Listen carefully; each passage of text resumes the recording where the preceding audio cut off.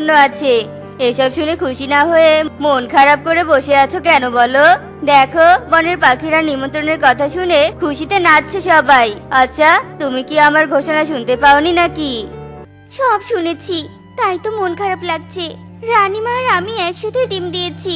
রানীমার ডিম দেওয়ায় রাজা দরবারের অনুষ্ঠান করছে, আর ছানা বের হলে ছানাকে কতই না আদর যত্ন করবে, কত কিছু কিনে দিবে। আর আমরা গরিব হওয়ায় কিছুই করতে পারবো না। আমাদের ছানা কিনা কষ্টে বড় হবে। কাকুলি, মন খারাপ করো না। আমার মাথায় একটা বুদ্ধি এসেছে। কাল তো রাজদরবারে বড় নিমন্ত্রণের আয়োজন আছে, অনেক পাখিদের ভিড় জমবে। সেই ভিড়ের মধ্যেই কাজটা করতে হবে, তাহলে আমাদের স্বপ্নটা পূরণ হবে। কি কাজ সেটা তো বলো।